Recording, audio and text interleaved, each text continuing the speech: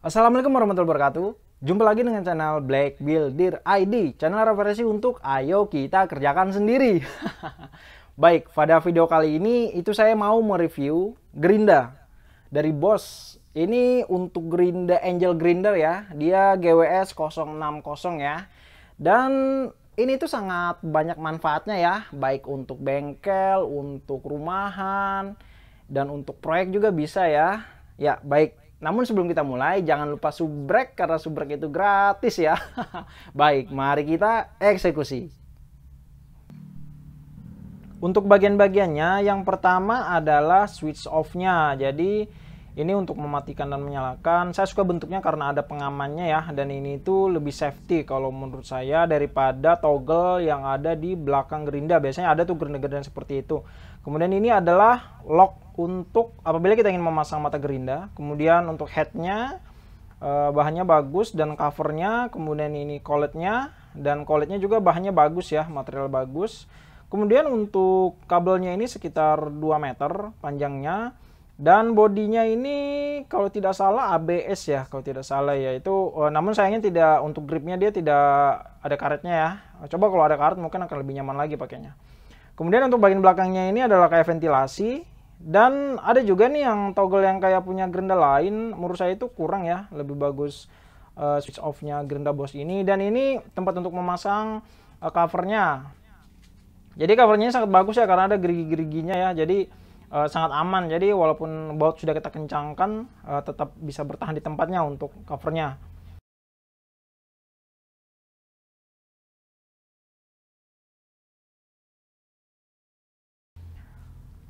Kemudian untuk spesifikasinya, yang pertama tegangannya membutuhkan ya standar 240 volt. Kemudian untuk dayanya 670 watt.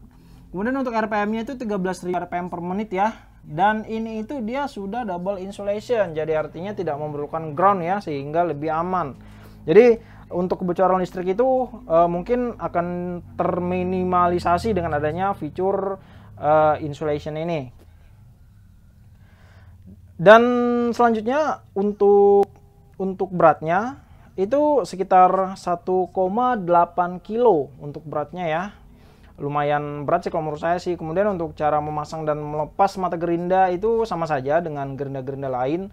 Dan untuk pemasangan mata gerinda itu ya sesuaikan dengan mata gerinda yang dipasang ya, kan beda-beda tuh. Kemudian apabila kita bandingkan gerinda Bosch ini dengan kedua merek yang lain, Stanley dan Ryu, itu kalau dari sisi body itu Bosch ini lebih panjang ya, sekitar 26 cm ya. Namun untuk diameter bodinya itu kurang lebih sama ya. Dan sekedar info, untuk Stanley dan Ryu di sini itu harganya di bawah 300 ya. Walaupun dia satu kelas dengan Bosch, namun kita tahu sendiri untuk build quality Bosch itu menurut saya itu lebih baik dari kedua gerinda ini.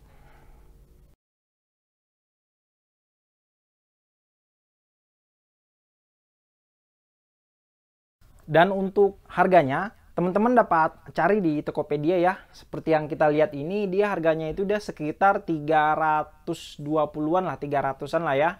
Namun kalau kita bandingin dengan yang gerinda lain yang dari Stanley, Ryu juga itu harganya ya mungkin lebih mahal ini ya, di kelas yang sama ya. Dan menurut saya sih harganya sih lumayan murah lah ya.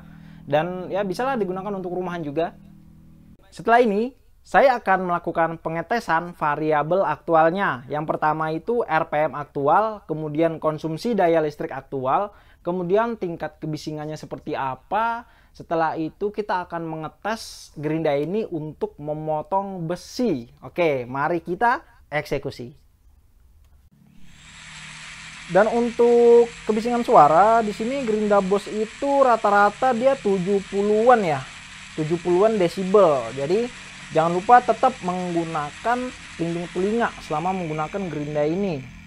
Kemudian untuk daya listrik aktual yang saya ukur menggunakan gerinda ini, itu dia tembus sekitar 315 watt ya. Dan ini adalah pemakanan daya tanpa beban. Jadi kita tidak melakukan pemotongan apa-apa dengan gerinda ini, dan kita mendapatkan hasil itu 300-an, rata-rata 200 sampai 300 watt lah ya, tergantung kondisi listrik di rumah. Kemudian untuk RPM aktualnya di sini selama pengujian ini itu dia tidak jauh-jauh dari 8000 rpm ya, kurang lebih 8000 rpm, dan itu artinya dia di bawah spesifikasi yang ada di kemasannya dan tergantung dengan kondisi listrik di rumah juga.